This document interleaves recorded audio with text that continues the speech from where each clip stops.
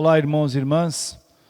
É uma alegria, um prazer estar com vocês neste que é nosso 10º e último estudo dentro da série Mordomia Cristã. Lembrando que esta série foi compilada pelos pastores Geraldo Schiller, presidente da nossa igreja, Igreja Evangélica Luterana do Brasil, e pelo pastor Martinho Zontak, vice-presidente de Educação Cristã. Agradecemos a eles pela disposição e por terem trazido esse material de maneira tão simples e fácil para todos nós. O 10º assunto falará sobre a oferta cristã. Nós vamos nos dirigir a Deus em oração. Bondoso e amado Deus, Pai Celestial, ajuda-nos para que, ao decidirmos sobre a nossa oferta em nossos cultos, nós o façamos com generosidade, movidos pela graça e pelo amor que Tu tens por nós.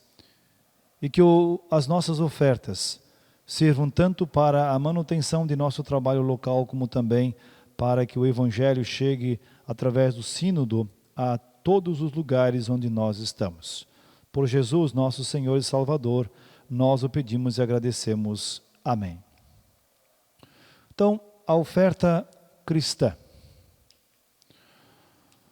Antes de nós falarmos sobre a oferta, é preciso relembrar algumas coisas que nós falamos bem no começo desses estudos, especialmente o primeiro, quando nós falamos sobre o que é um mordomo cristão, o que é a mordomia cristã.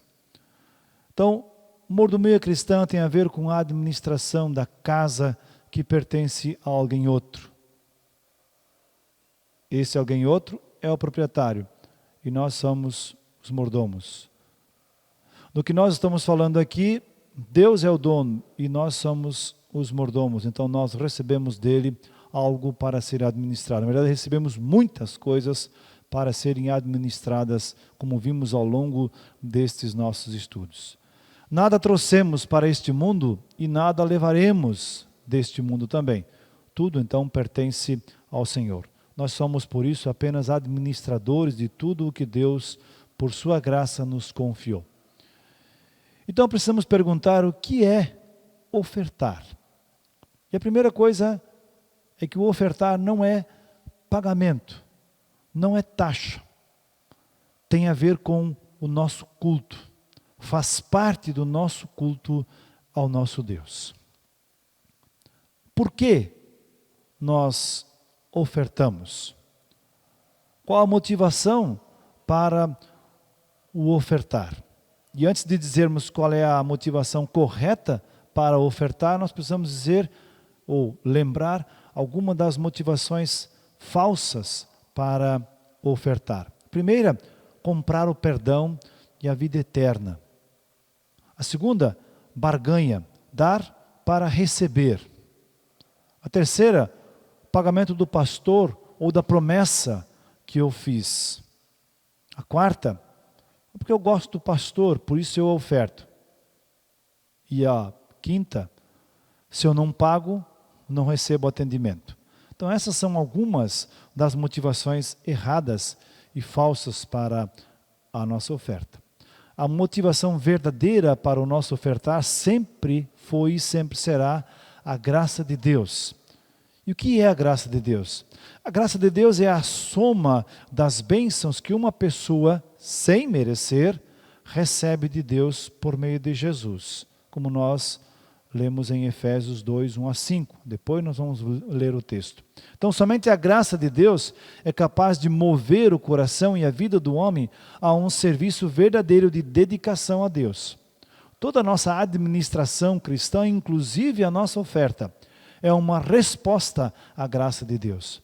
Então, a oferta não é um assunto separado, mas é um assunto junto com toda a nossa mordomia cristã. E aí sim, Efésios 2, 1 a 5, nós lemos assim: antigamente, diz o apóstolo Paulo, por terem desobedecido a Deus e por terem cometido pecados, vocês estavam espiritualmente mortos. Naquele tempo vocês seguiam o seu mau caminho, o mau caminho deste mundo, e faziam a vontade daquele que governa os poderes espirituais do espaço, o espírito que agora controla os que desobedecem a Deus. De fato, todos nós, e Paulo se inclui também, todos nós éramos como eles e vivíamos de acordo com a nossa natureza humana, fazendo o que o nosso corpo e a nossa mente queriam. Assim, porque somos seres humanos como os outros, nós também estávamos destinados a sofrer o castigo de Deus. Mas a misericórdia de Deus é muito grande e o seu amor por nós é tanto que quando estávamos espiritualmente mortos por causa da nossa desobediência, Ele nos trouxe para a vida que temos em união com Cristo. Pela graça de Deus, vocês são salvos. Aí está então a verdadeira motivação para o nosso ofertar. Em 2 Coríntios 8, 1 a 9, diz assim: Irmãos, queremos que vocês saibam o que a graça de Deus tem feito nas igrejas da província da Macedônia. Os irmãos dali têm sido muito provados pelas aflições porque têm passado. Mas a alegria deles foi tanta que, embora sendo muito pobres, eles deram ofertas com grande generosidade. Afirmo a vocês que eles fizeram tudo o que podiam e mais ainda, e com toda a boa vontade pediram com insistência que os deixássemos participar da ajuda para o povo de Deus da Judeia. E eles insistiram nisso e fizeram muito mais do que esperávamos. Primeiro, eles deram a si mesmos ao Senhor e depois, pela vontade de Deus, se deram a nós também. O exemplo dos macedônios é emblemático aqui. Eles eram com certeza os mais pobres do Império Romano, ou pelo menos uma das províncias mais pobres. Talvez eles mesmos devessem ser ajudados. Então Paulo, no primeiro ano da grande coleta, que Paulo organizou para ajudar os cristãos da Judeia, Paulo deixou os cristãos da Macedônia de fora, porque Paulo julgou que eles não teriam muitas condições para fazer alguma coisa. E no segundo ano eles, na verdade, interpelaram o apóstolo Paulo e o convenceram de que eles também poderiam e gostariam de ajudar. E aí a surpresa, o espanto de Paulo, quando aqueles que tinham grandes dificuldades e grandes necessidades se mostraram mais generosos do que os coríntios, que tinham uma condição material totalmente diferente daqueles da Macedônia. Então, os macedônios serviram de exemplo, de estímulo para que os coríntios fossem generosos também no seu ofertar. Qual o segredo? Primeiro eles se deram a si mesmos ao Senhor e depois, pela vontade de Deus, eles se deram a nós também. De modo que pedimos a Tito, que começou a recolher essas ofertas, que continuasse e ajudasse vocês a completarem esse serviço especial de amor. Vocês mostram que em tudo são mais ricos do que os outros, na fé, na palavra, no conhecimento, na vontade de ajudar aos outros e no nosso amor por vocês. E nesse novo serviço de amor para com os cristãos da Judeia, queremos também que façam mais do que os outros. Não estou querendo mandar em vocês, o que eu estou querendo é que vocês conheçam o entusiasmo com que as igrejas da Macedônia deram ofertas, para que assim vocês vejam se o amor de vocês é verdadeiro ou não, porque vocês já conhecem o grande amor de nosso Senhor Jesus Cristo. Ele era rico, mas por amor a vocês ele se tornou pobre, a fim de que vocês se tornassem ricos por meio da pobreza dele. Para que ofertar? Qual a finalidade de nossa oferta? A primeira é a manutenção da igreja. Então, em gratidão, em grato reconhecimento por tudo o que Cristo tem feito e fez por nós e ainda faz por nós, nós ofertamos uma parte do nosso dinheiro, dos nossos bens, para a manutenção de nossa igreja local, para a nossa congregação local, que administra a palavra e os santos sacramentos. A manutenção da igreja envolve preservação e ampliação do patrimônio, despesas administrativas, honorários de pastores e outros que prestam serviço à igreja. Para tudo isto, a nossa oferta é importante e necessária. Então, em 1 Timóteo 5, 17 e 18, Paulo escreve assim: os presbíteros que fazem um bom trabalho na igreja merecem pagamento em dobro, especialmente os que se esforçam na pregação do evangelho e no ensino cristão, pois as escrituras sagradas dizem: não amarre a boca do boi quando ele estiver pisando trigo ou estiver trabalhando. E dizem ainda: o trabalhador merece o seu salário. Então a primeira coisa é para que o trabalho local seja mantido. Segunda finalidade importante, para a missão. E esse ingrato reconhecimento por tudo o que Cristo tem feito e ainda faz por nós, nós também ofertamos uma parte dos nossos bens, do nosso dinheiro, para a promoção e expansão do reino de Deus mundo afora, ou além dos nossos muros, e assim contribuir para que os objetivos de Deus sejam alcançados na vida de nossos semelhantes, muitos dos quais nós com certeza não conhecemos, não sabemos quem são, mas recebem através do nosso ofertar, junto com todas as nossas congregações, Brasil afora, as ofertas que são levadas para que lá o Evangelho também seja pregado. Em Marcos 16:15 nos lembra disso. Então ele disse, Jesus disse, vão pelo mundo inteiro e anunciem o Evangelho a todas as pessoas. Não faça distinção ou discriminação. E Atos 1:8, porém quando o Espírito Santo descer sobre vocês, vocês receberão poder e serão minhas testemunhas em Jerusalém, em toda a Judéia e Samaria e até nos lugares mais distantes da terra. E Mateus 28:18-20, portanto vão a todos os povos do mundo e façam com que sejam meus seguidores, batizando esses seguidores em nome do Pai, do Filho e do Espírito Santo e ensinando-os a obedecer a tudo que tenho ordenado a vocês. E lembrem disto, eu estou com vocês todos os dias até o fim dos tempos. Uma terceira finalidade de nossa oferta é o serviço social. Então, em grato reconhecimento por tudo que Cristo tem feito e ainda faz por nós, uma parte de nossa oferta, de nosso dinheiro também vai para o serviço social, para ajudar aqueles que estão em dificuldades ou em necessidade. Atos 20, versículo 35 diz assim, em tudo tenho mostrado a vocês que é trabalhando assim que podemos ajudar os necessitados. Lembrem das palavras do Senhor Jesus, é mais feliz quem dá do que quem recebe. E em Gálatas 6:10, o apóstolo Paulo diz, portanto, sempre que pudermos, devemos fazer o bem a todos, especialmente aos que fazem parte da nossa família da fé.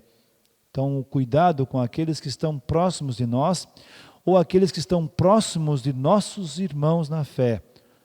Aqueles devemos então alcançar os cuidados necessários quando esses cuidados se fizerem necessários e importantes. Como nós vamos ofertar?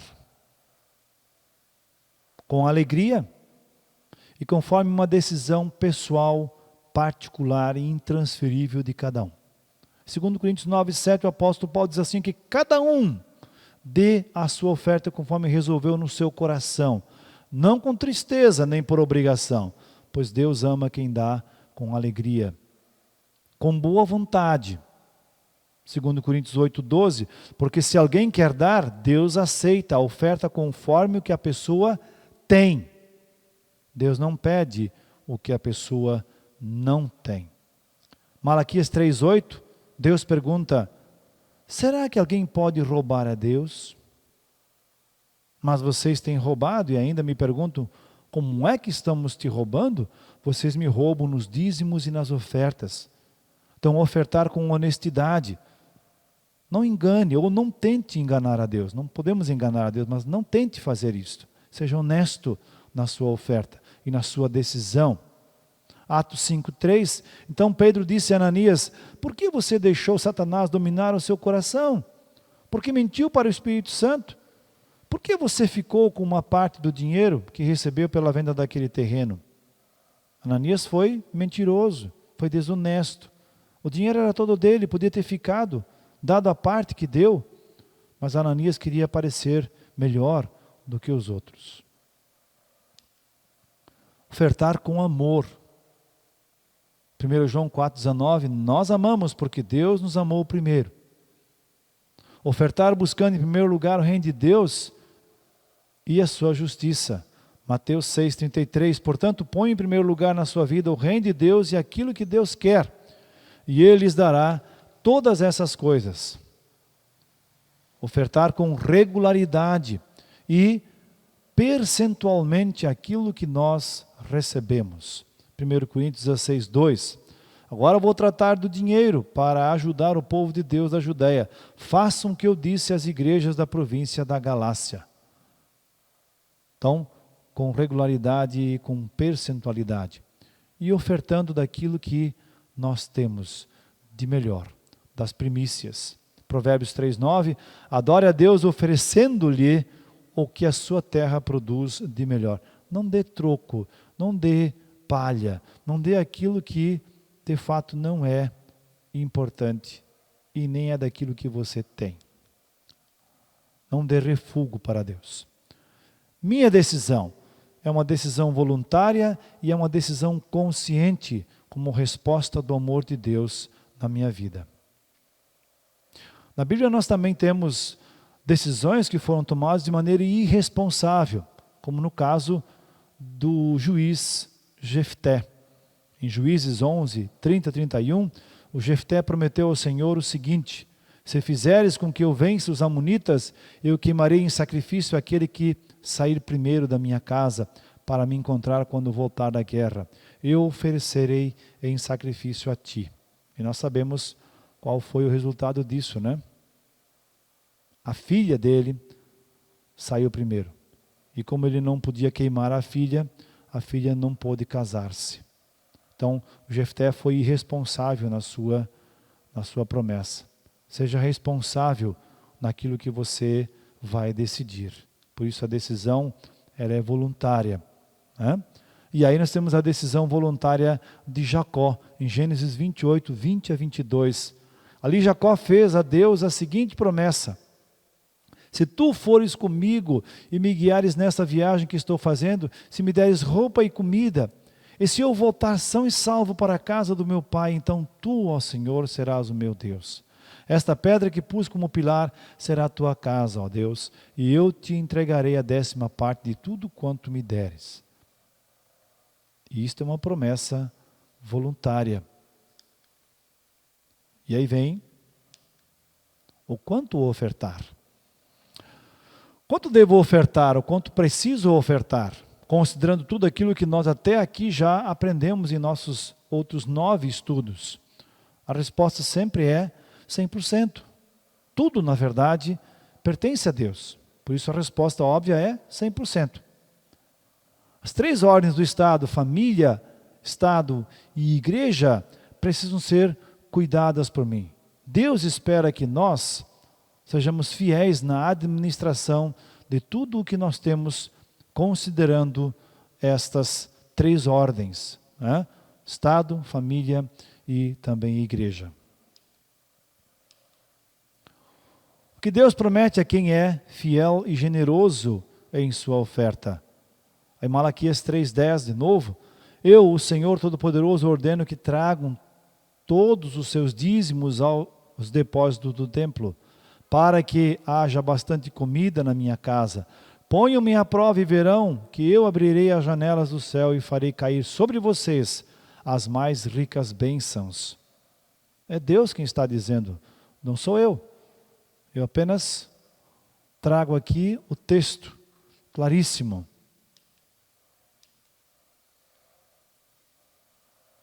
Em Provérbios, capítulo 3, 9 e 10, parte nós já lemos, né? Diz assim, ó, adore a Deus, oferecendo-lhe o que a sua terra produz de melhor. Faça isso, e os seus depósitos ficarão cheios de cereais, e você terá tanto vinho que não será capaz de armazenar.